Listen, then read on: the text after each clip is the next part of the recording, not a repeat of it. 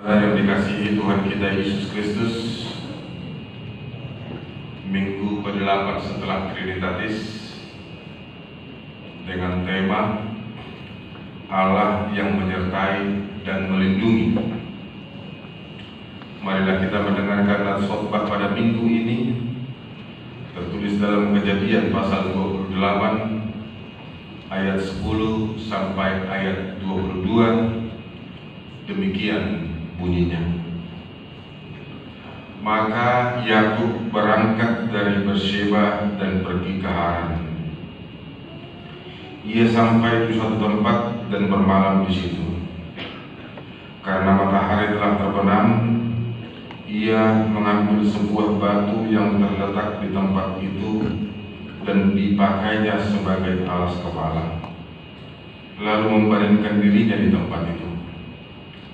Maka bermimpilah ia, di bumi ada didirikan sebuah tangga yang ujungnya sampai di langit, dan tampaklah malaikat-malaikat Allah turun naik di tangga itu.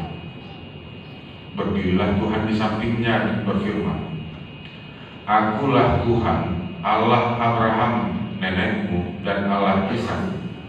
Tanah tempat engkau berbaring ini akan kuberikan kepadamu dan kepada keturunanmu akan menjadi seperti debu tanah banyaknya, dan engkau akan mengembang ke sebelah timur, barat, utara, dan selatan. Dan olehmu serta keturunanmu semua kaum di muka bumi akan mendapat berkat. Sesungguhnya aku menyertai engkau, dan aku akan melindungi engkau kemanapun engkau pergi. Dan aku akan membawa engkau kembali ke negeri ini, sebab aku tidak akan meninggalkan engkau, melainkan tetap melakukan apa yang kujanjikan kepadamu. Ketika Yakub bangun dari tidurnya, berkatalah ia, Sesungguhnya Tuhan ada di tempat ini, dan aku tidak mengetahuinya. Ia takut dan berkata, Alangkah dahsyatnya tempat ini. Ini tidak lain dari rumah Allah. Ini pintu gerbang surga. Keesokan harinya pagi-pagi Yakub mengambil batu yang dipakainya sebagai alas kepala dan mendirikan itu menjadi tugu dan menuang minyak ke atasnya. Ia menamai tempat itu Betel. Dahulu nama kota itu Luz. Lalu bernazarlah Yakub, jika Allah akan menyertai dan akan melindungi aku di jalan yang kutempuh ini, memberikan kepadaku roti untuk dimakan dan pakaian untuk dipakai, sehingga aku selamat kembali ke rumah ayahku, maka Tuhan akan menjadi Allah, dan batu yang kudirikan sebagai tugu ini akan menjadi rumah Allah. Dari segala sesuatu yang engkau berikan kepadaku, akan selalu kupersembahkan 10% kepadamu. Demikian bunyinya. Bapak, Ibu, dan saudara-saudara, kisah seorang pelarian, boleh kita katakan demikian, karena nats yang kita baca tadi agak unik. Kenapa kisah seorang pelarian diberitahukan kepada kita mengawali peristiwa itu? Ada satu peristiwa yang luar biasa di situ, yakni bagaimana dia menipu, membodoh-bodohi, bahkan merampas yang bukan haknya, yakni hak kesulungan dan juga berkat dari ayahnya, yang seharusnya itu bukan miliknya, tetapi oleh tipu daya dia berhasil mendapatkan itu. Karenanya ini bisa mendatangkan tanda tanya, apakah dibenarkan yang demikian? Nah, tetapi saudara-saudara, bukan soal dibenarkan atau tidak yang mau kita perdebatkan, tetapi bagaimana nats ini menceritakan kepada kita bahwa sesungguhnya memang ada sebab akibat. Di atas memang diberitahukan bagaimana dia harus pergi dari tempat kelahirannya, bagaimana dia harus terbuang dari tanah, dari kampung halamannya, dan bagaimana dia harus berpisah dari keluarga yang dikasihinya. Karenanya kisah mimpi Yakub ini menjadi satu contoh nyata bagaimana Tuhan memberikan pertolongan kepada orang yang dikasihinya dengan cara yang unik, menarik, dan misterius. Tak disangka dan tak diduga, pertolongan itu diberikan tepat pada waktunya. Kenapa? Karena diberitahukan pada saat itu, di awal diberitahukan. Dia bimbang, dia ragu, dia putus asa, dia merasa terbuang karena dia pergi dari kampungnya dan menuju ke tempat yang baru. Di ayat 10 tadi diberitahukan ke rumah pamannya. Maka Yakub berangkat dari Beersheba dan pergi ke padang Haran. Dan dalam nats inilah, kala itu Yakub berada di titik terendah kehidupannya. Dia sedang merasa bersalah dan dikejar oleh bayang-bayang rencana pembunuhan abangnya Esau. Setelah mendapatkan berkat anak sulung dari ayahnya Ishak dengan tipu muslihat dan kelicikan yang dirancang oleh ibunya Ribka, Yakub berada dalam situasi sulit. Dia berada dalam dilema, serba salah, maju kena, mundur kena. Kenapa? Karena Esau telah mengetahui permainan Yakub. Esau telah mengetahui penipuan, pengkhianatan, pencurian yang dilakukan oleh Yakub. Kejahatan yang dilakukan oleh seorang adik kandung bernama Yakub telah mencuri berkat seorang anak sulung. Bagaimana tidak, Esau tentu marah, jauh dari rasa kata berdamai, karena dia merasakan hidupnya telah tersia-siakan. Karenanya Esau memutuskan untuk dendam dan bahkan membunuh Yakub. Peristiwa inilah yang melatar belakangi dan menjadi awal petualangan panjang dalam kehidupan Yakub. Dia telah mengetahui amarah dan rencana jahat abangnya Esau. Sekarang dia harus keluar dari tempat kelahirannya, dari rumah ayah dan ibunya, dari kampung halamannya. Dia akan pergi ke tempat yang sama sekali baru baginya, yakni padang Aram, ke tempat pamannya Laban dan Betuel, ayah ibunya Ribka. Ini yang menjadi latar belakang Bapak Ibu dan saudara-saudara. Dalam kondisi tidak nyaman itulah dia berangkat. Dalam kondisi tidak nyaman itulah dia harus terbuang. Dan kita bertemu dengan nats yang kita baca pada hari ini. Akulah Tuhan, Allah Abraham, nenekmu, dan Allah Ishak. Tanah tempat engkau berbaring ini akan kuberikan kepadamu. Keturunanmu akan menjadi seperti debu tanah banyaknya, dan engkau akan mengembang ke timur dan ke barat, dan seterusnya. Apa yang mau dikatakan oleh nats ini kepada kita, Bapak Ibu saudara-saudara?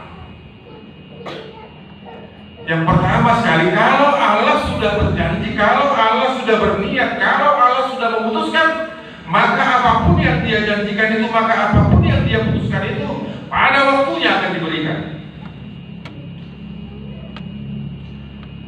Kepada kakeknya Abraham, Allah telah berjanji. Harusnya memang oleh karena perilaku, oleh karena kecurangan dari Yakub, boleh saja Allah menunda perjanjian itu. Tetapi justru di situ diberitahukan kepada kita, siapa saja boleh dipakai oleh Allah dalam berbagai latar belakang, dalam berbagai keadaan, dalam berbagai latar belakang sosial. Itu tidak menjadi penghalang bagi Tuhan. Kalau Tuhan berkehendak, maka dia dapat dipakai oleh Allah menjadi Allahnya. Persoalannya adalah apakah engkau mau dipakai oleh Allah. Latar belakang dari Yakub ini tidak seorang yang baik-baik banget kok. Dia bahkan mencurangi abangnya. Makanya saya awali tadi, kecurangan itu mendatangkan penderitaan panjang bagi dia memang. Harus membuat dia sebagai seorang pelarian bertahun-tahun. Tetapi dari situ kita lihat situasi yang bagaimanapun dapat diubah oleh Allah. Allah tidak melihat, Allah tidak mempersoalkan latar belakang seseorang itu atau tidak. Persoalannya apakah engkau mau. Respons dari Yakub tadi ialah ketika Allah telah berfirman, ketika Allah telah memperkenalkan dirinya dan telah memberitahukan janjinya. Mari kita lihat respons Yakub di ayat 16. Ketika Yakub bangun dari tidurnya, berkatalah ia, sesungguhnya Tuhan ada di tempat ini dan aku tidak mengetahuinya. Ia takut dan berkata, alangkah dahsyatnya tempat ini. Ini tidak lain dari rumah Allah. Ini pintu gerbang surga. Dia menyadari keberdosaannya, dia menyadari keterbatasannya, dan dia menyadari kemuliaan Allah. Makanya dia katakan, betapa dahsyatnya tempat ini. Aku tidak menyadarinya. Ini pintu gerbang surga. Allah berkehendak bebas menentukan siapapun. Janji Allah tidak dibatasi dan tidak dapat dihalangi oleh siapapun. Karenanya yang kedua, bagaimana respons? Respons daripada Yakub ialah dia mengetahui siapa dirinya dan sekaligus memunculkan sebuah tekad yang baru. Apa itu tekad yang baru? Kalau Tuhan kasih kesempatan, kalau Tuhan mengizinkan, kalau Tuhan memelihara, maka aku akan memberikan segala sesuatu yang engkau berikan kepadaku, akan selalu kupersembahkan sepersepuluh kepadamu. Ada sebuah komitmen baru tentang pengenalan Allah di dalam kehidupannya. Komitmen itu merupakan janjinya, apa yang harus dia lakukan, apa yang dia harus berbuat, dan apa yang harus dia berikan kepada Tuhan. Perjumpaan dengan Tuhan mendatangkan sebuah komitmen baru, mendatangkan sebuah janji yang baru untuk kehidupan yang lebih baik, untuk kehidupan yang lebih berguna, untuk kehidupan yang lebih bermanfaat. Jadi iman itu tidak hanya untuk diri sendiri, tapi didorong oleh iman itu kita menjadi berkat bagi orang lain. Kenapa? Karena perkataan Allah tadi kepada Yakub ialah, oleh engkau bangsa-bangsa akan mendapat berkat. Diberkati untuk menjadi berkat. Dipasu-pasu asa gawe pasu-pasu tuhalak naas. Karenanya perlu mengenal berkat-berkat Tuhan yang telah kita terima di tengah-tengah kehidupan kita sehari-hari. Kenapa? Karena ada sebuah keyakinan pertemuan dengan Tuhan mendatangkan sebuah perubahan. Di situ duka akan berubah menjadi suka. Pertemuan dengan Tuhan mengubah yang gelap menjadi terang. Pertemuan dengan Tuhan akan mengubah yang putus asa akan menjadi mendapatkan harapan yang baru. Segalanya akan berubah menjadi baik dan indah. Itulah yang dialami Yakub di Betel. Itulah yang menentukan langkah Yakub dan keturunannya di masa depan yang penuh kisah ini. Kisahnya memang ups and down, naik dan turun, tetapi seluruh rancangan itu bermuara pada penyelamatan Allah.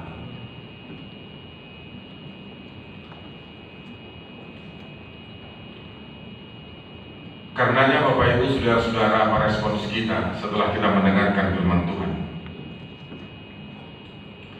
Setelah pengalaman rohani di Betel, Yakub melangkah sebagai manusia baru dalam perspektif baru. Baiklah kita melangkah dalam kerohanian yang diwarnai pengalaman perjumpaan dengan Tuhan. Itu akan menentukan bagaimana kita melihat diri kita dan dunia kita, dan akan membentuk sikap, pola pikir, karakter, tindakan kita sebagai umat Tuhan. Una kolak kalak bereng, alai padahal ninggolum bereng, padahal ninggolum ipe, udang tetap dah longangan di sini. Nah, tanda di pasu-pasu di belakang. Jangan hanya melihat ke sebelah kiri dan ke sebelah kanan. Jangan hanya melihat keberhasilan orang lain, tapi sesungguhnya perjalanan kehidupanmu juga adalah tanda ajaib yang telah Tuhan tunjukkan penyertaannya di tengah-tengah kehidupanmu, yang telah Tuhan tunjukkan pertolongannya di tengah-tengah kehidupanmu. Ingatlah satu-satu amanginah. Pasti engkau pernah mengalami masa-masa sulit. Pasti engkau pernah mengalami masa-masa yang teramat berat. Pasti engkau pernah melewati masa-masa sedih. Tetapi perlahan namun pasti itu engkau bisa lewati. Dan engkau tidak sadar bagaimana engkau bisa melewati itu. Mungkin 20, 30, 40 tahun lalu kau pernah mengalami masa-masa yang paling menggetirkan dalam kehidupanmu. Karena ketika engkau dapat makan siang hari ini, belum tentu dapat makan malam nanti. Tetapi Tuhan tunjukkan jalannya. Ini adalah berkat Tuhan yang tidak putus dari tengah-tengah kehidupan kita. Godang akka pasu-pasu naun nilai bagi dewa. Ingat maju di kipa godang-godang akka yang aku pamang enak. Tapi dapat engkau keluar dari situ. Mungkin engkau pernah ditipu orang, mungkin engkau pernah dilukai orang. Lantas bagaimana sikapmu kepada dia? Setelah engkau dari waktu ke waktu, dari minggu ke minggu mendengarkan firman Tuhan. Allah berkehendak bebas memakai seseorang. Kalau Allah sudah menentukan, maka tidak seorang pun yang dapat membatasi. Dan yang ketiga, harus ada respons dari orang. Setelah dia mendapatkan, menerima yang sangat luar biasa dari Tuhan di tengah-tengah kehidupannya, maka hitunglah satu-satu. Bapak Ibu, saudara-saudara, ada banyak hal yang membuat kita terkadang ragu-ragu di tengah-tengah kehidupan ini. Ada banyak hal yang membuat kita, mungkin seorang anak muda ragu tentang masa depannya. Mungkin seorang anak gadis ragu tentang masa depannya. Oleh karena banyaknya persaingan, oleh karena banyaknya kesulitan-kesulitan. Ingatlah, berhenti berusaha bukanlah sebuah jalan keluar. Berhenti dan hilang pengharapan bukanlah merupakan sebuah jalan keluar di tengah-tengah kehidupan. Tetapi berusaha dan berusaha. Ketika engkau sudah berusaha semaksimal mungkin, ketika engkau sudah berusaha sekuat dan sedaya mampu, dan memang itulah tugasmu. Setelah itu kau lakukan, selanjutnya serahkan kepada Tuhan. Karena engkau telah melakukan apa yang menjadi bahagianmu, selanjutnya itu menjadi bahagian Tuhan. Karena tidak semua dapat kita pikirkan dengan logika, tapi terkadang dibutuhkan kepasrahan. Dan itulah yang dilakukan oleh Yakub. Setelah pelariannya yang panjang, maka yang terjadi ialah kepasrahan. Nah, lu jadi mana? Boleh bayangkan kamu dipalili-lili, sangat dibayangkan dikejar-kejar. Ancamannya adalah mati. Tentu rasa tertekan, galau, istilahnya Karamoso Sonari. Ketakutan, dikejar bayangan. Akhirnya rasa letih itu muncul. Dan bisa bayangkan apa merek bantal guling, bantal yang paling bagus sekarang. Kita nggak tahu. Kalaupun merek bantal guling yang paling bagus kita pakai, belum tentu kita dapat tidur nyenyak. Tapi coba lihat tadi nats ini, bantalnya adalah batu. Tetapi oleh kepasrahan itu, bantal yang terbuat dari batu itu pun dapat menjadi tidur nyenyak. Ketika kepasrahan itu tiba. Karenanya bagaimana kita di tengah-tengah kehidupan ini tetap optimis, melangkah atas penyertaan Tuhan di tengah-tengah kehidupan ini. Setiap orang pernah salah, setiap orang bisa salah, setiap orang bisa jatuh ke dalam dosa. Tetapi mari keluar dari situ. Mari meninggalkan itu. Sama seperti pengalaman Yakub. Tapi pada akhirnya dia keluar dari situ. Memang unik ini pengalaman Yakub ini. Kalau kita teruskan nanti, ada satu perjumpaan yang sangat luar biasa. Dan ada satu pengakuan yang sangat luar biasa sebelum dia berjumpa dengan abangnya Esau. Di pasal-pasal berikut diberitahukan ada sesuatu yang sangat menarik tentang pengalaman Yakub ketika dia telah besar, ketika dia telah memperoleh banyak hal. Di Kejadian 32 ayat 10 ada satu pengenalan yang sangat luar biasa.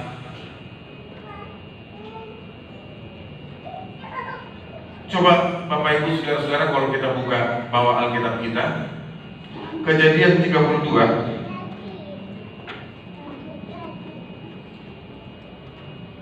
ternyata rasa itu belum hilang.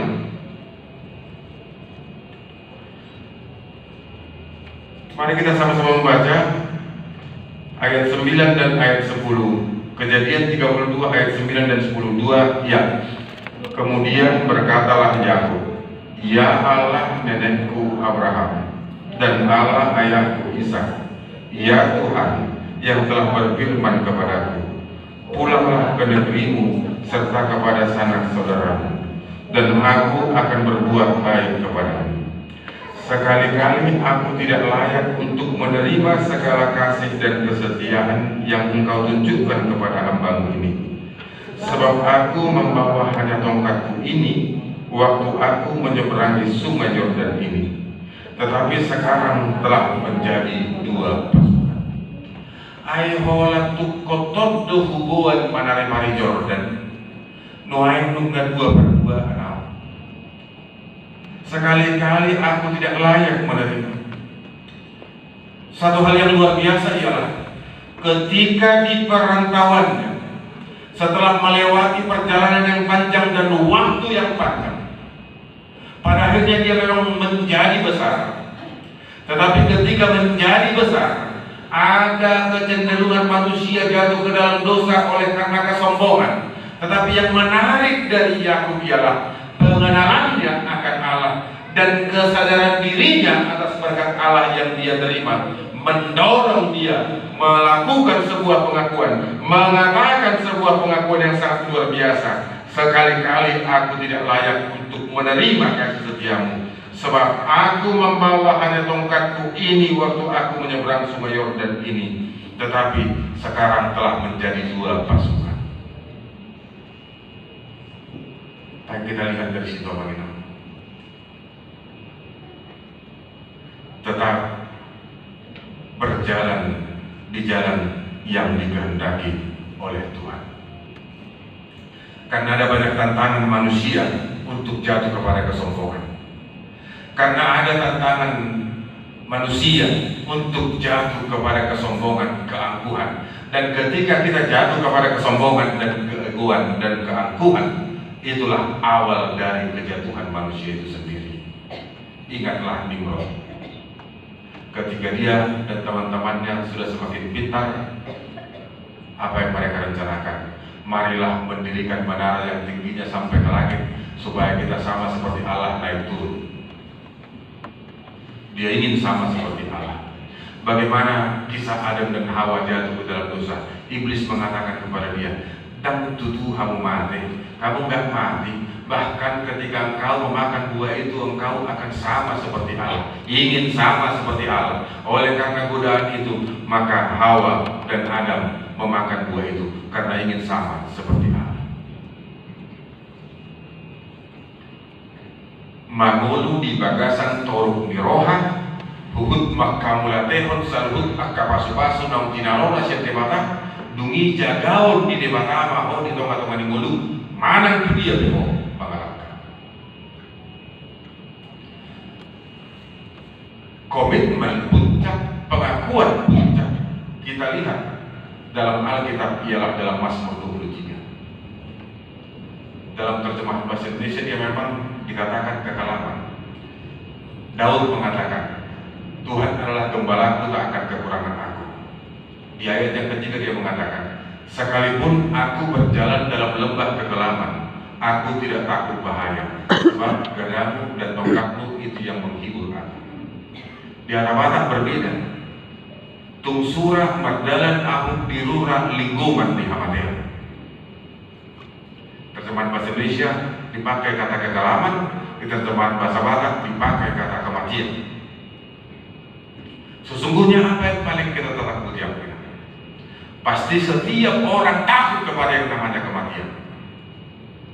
Sadar atau tidak sadar, yang berhubungan dengan kematian itu sangat menakutkan bagi kita. Saya bagat-bagat di San Diego Hills selama ini waktu si jam 2 orang minat no.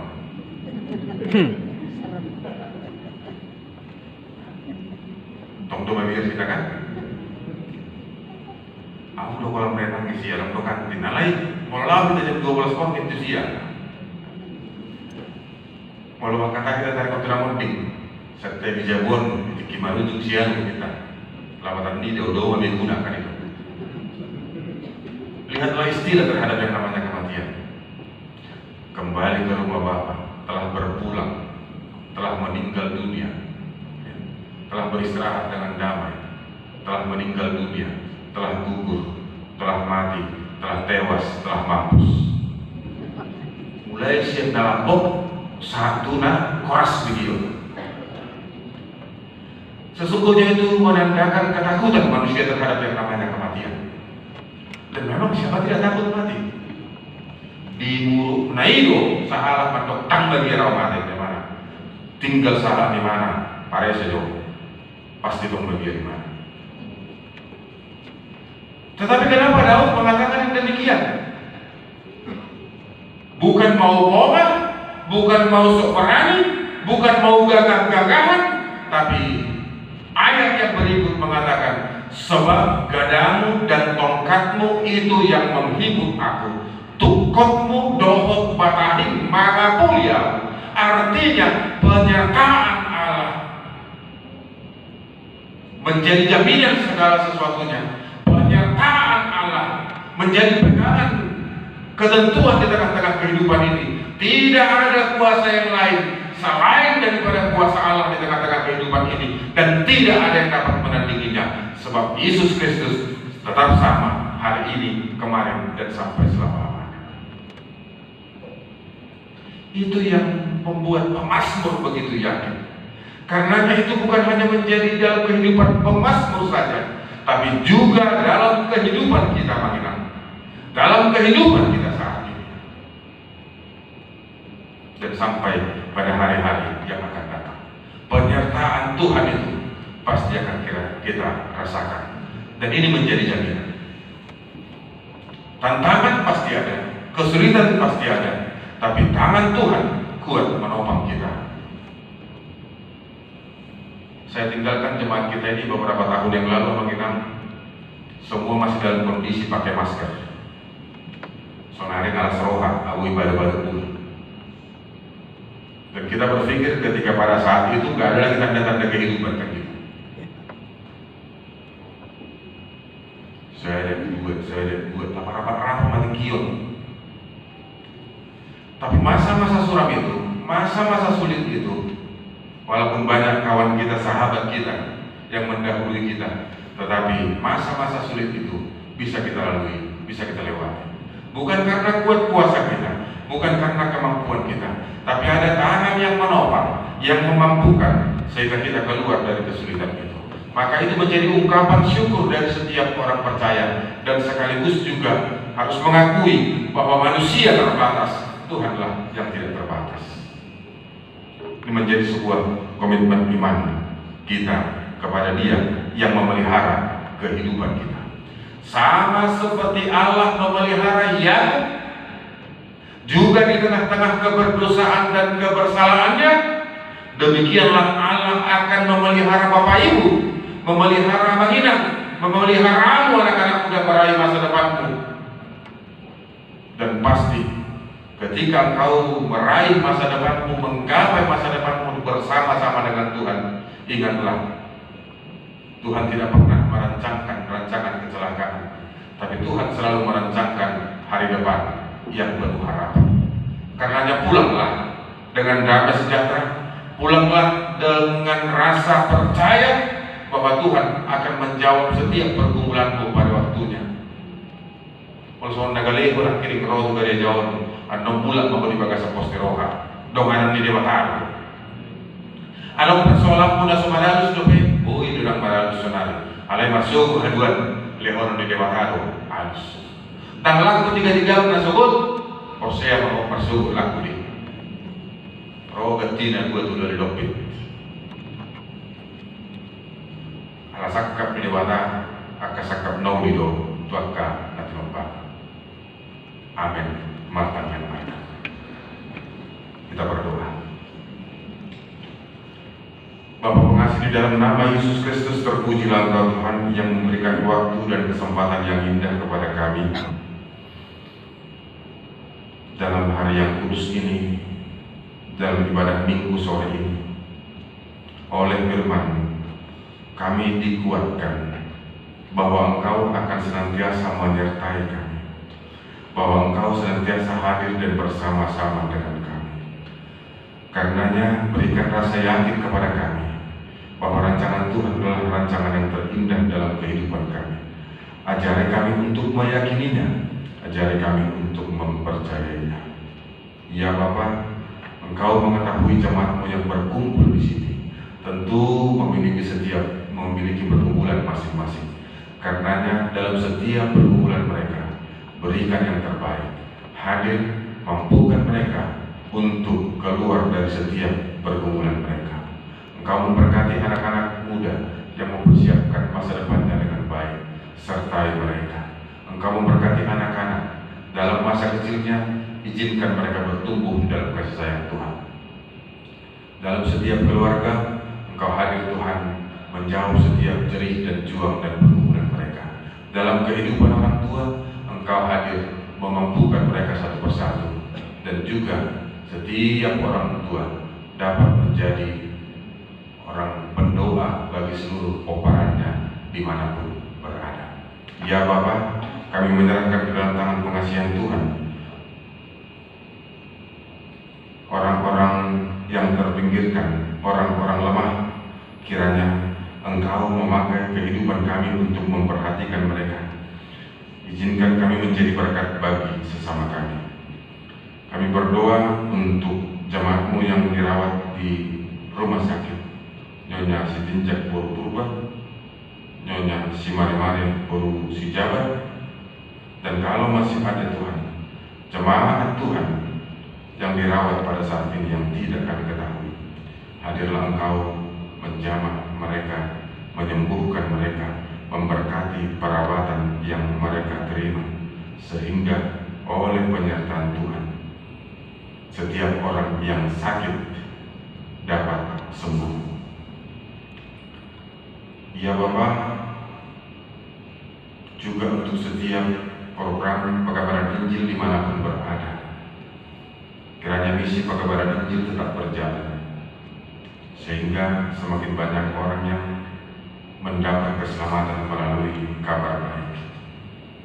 Karenanya berkati setiap pekabar Injil, berkati para evangelis, Engkau memberkati para hamba-hamba dimanapun mereka berada, oleh karena kekuatan yang daripada Engkau. Setiap orang tergerak menjadi pembawa berita Injil, menjadi pembawa kabar baik. Ya Bapa, Engkau memberkati jemaat-Mu satu persatu dalam pekerjaan mereka masing-masing, dalam keluarga mereka masing-masing. Biarlah semuanya bersandar kepada Engkau. Kami yakin dan percaya bahwa Engkau senantiasa memelihara kehidupan kami, bahwa Engkau akan mengarahkan perjalanan kehidupan kami, menuntun perjalanan kehidupan kami sehingga kami tidak tersesat. Karenanya, biarlah Engkau Tuhan yang berkuasa atas kehidupan kami. Banyak hal yang ingin kami mintakan kepada Tuhan, tetapi Engkau mengetahui mana yang terpenting dalam kehidupan kami, karenanya kehendak mulai terjadi. Terima kasih Bapa. Dalam Yesus Kristus kami berdoa dan mengucap syukur.